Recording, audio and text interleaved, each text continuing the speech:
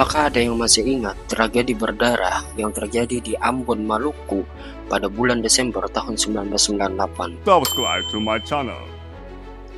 Tragedi berdarah di Ambon dan sekitarnya bukanlah sesuatu yang tiba-tiba. Menurut Majelis Ulama Indonesia, sebelum peristiwa Idul Fitri tahun 1419 Hijriah berdarah tercatat beberapa peristiwa penting yang dianggap sebagai prakondisi. Bahkan, jauh ke belakang pada tahun 1995, beberapa peristiwa itu sebagian adalah sebagai berikut. 15 Juni tahun 1995, desa berpenduduk Islam Kelang Asaude atau Pulau Manipa diserang warga Kristen desa Tomalahu Timur pada waktu subuh. Penyerangan dikoordinasikan oleh 4 orang yang nama-namanya dicatat oleh MUI. Dan pada tanggal 21 Februari 1996, pada saat itu Hari Raya Idul Fitri, desa Kelang Asaude diserang lagi. Serangan dilakukan oleh warga Tomahalu Timur dengan menggunakan batu dan panah.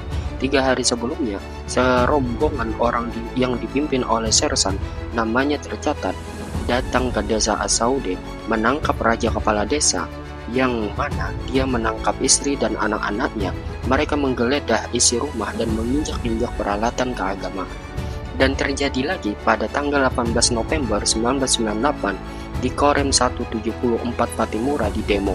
Sejumlah besar mahasiswa Unpati Universitas Patimura dan UKIM Universitas Kristen Indonesia Maluku yang dimotori oleh organisasi pemuda dan mahasiswanya menghujat dan rem Kolonel Hikayat. Demonstrasi berlangsung 2 hari. Mereka membakar beberapa mobil keamanan, melukai tukang beca, dan merusak serta melempari kaca kantor PLN cabang Ambon. Jatuh korban luka-luka baik di pihak mahasiswa maupun kalangan APRI. Beberapa bulan sebelumnya berlangsung desah-desuh dan teror.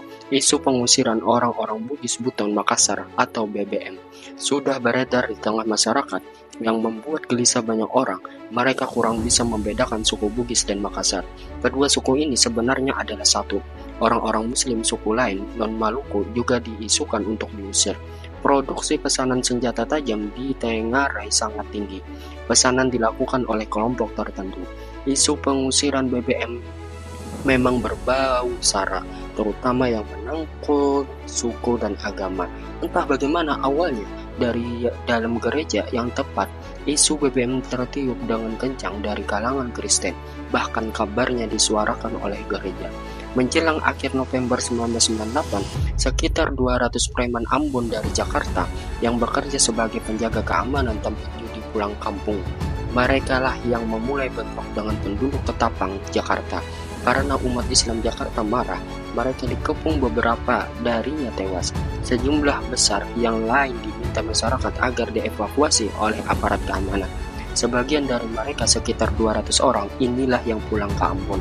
Dan pada tanggal 13 Desember 1998, desa Wailet yang merupakan perkampungan muslim masyarakat asal Bugis Buton Makassar BBM diserang oleh warga kampung Hatip besar Kristen. Ratusan massa Kristen menyerbu dengan batu dan membakar kampung Wailet.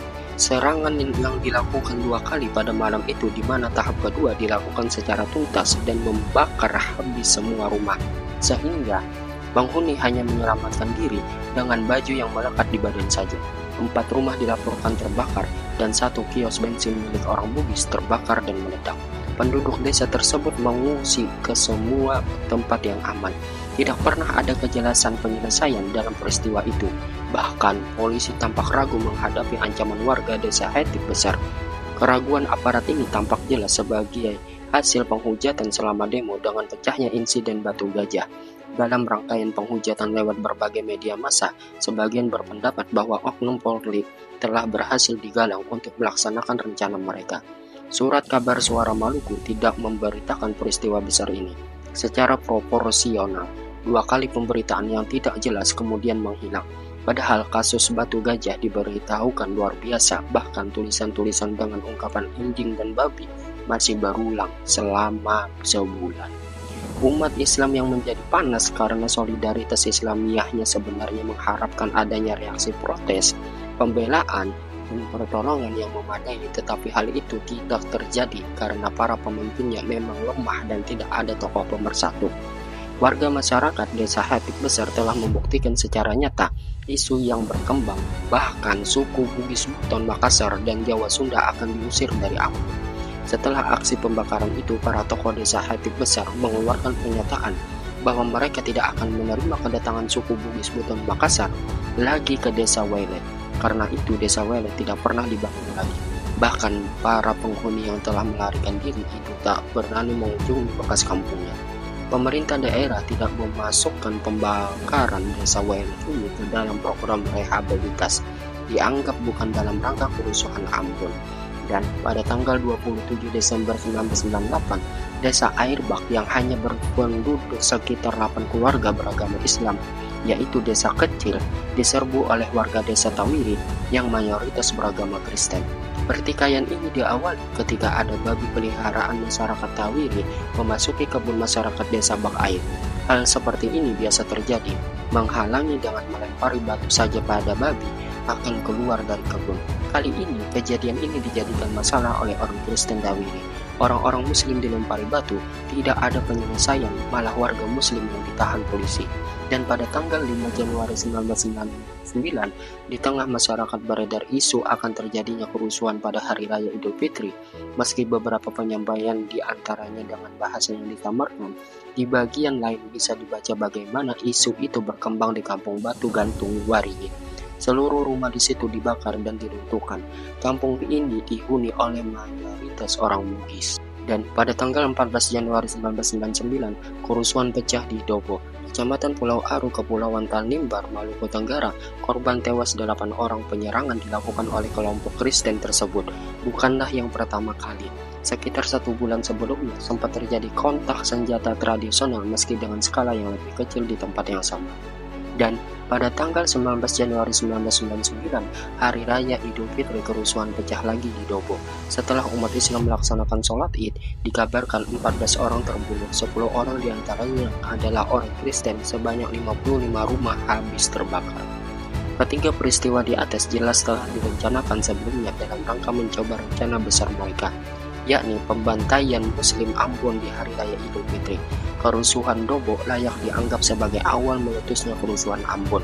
Cukup banyak anggota TNI yang dikirim ke Dobo sehingga kekuatan TNI di Ambon berkurang dalam jumlah yang berarti.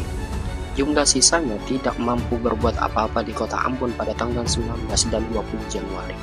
Sebelum datangnya bala bantuan TNI dari tempat lain, apalagi kemudian di Dobo pada Hari Raya Idul Fitri juga pecah kerusuhan lanjutannya yang cukup besar.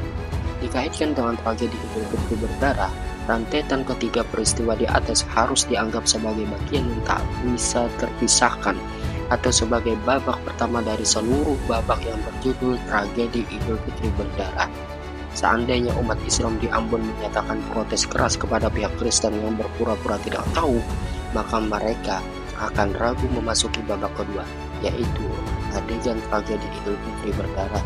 Dengan kata lain, tragedi Idul Fitri berdarah itu belum tentu bisa terjadi karena uji cobanya tidak berhasil. Begitu pula Polri, jika betul-betul profesional dan bersungguh-sungguh dalam menangani kasus di atas, termasuk datangnya ratusan orang kiriman itu, maka peristiwa yang akan menyakitkan umat Islam se-Indonesia ini mungkin tidak akan pernah terjadi. Begitu juga kegelisahan masyarakat luas akibat munculnya kabar burung bahwa akan ada kekacauan besar ketika sholat Idul Fitri. Jadi, sesungguhnya tragedi ini merupakan ketidakprofesional TNI atau lemahnya TNI akibat penghujatan. Jelas ini merupakan peluang yang mulus bagi golongan untuk merencanakan rencananya.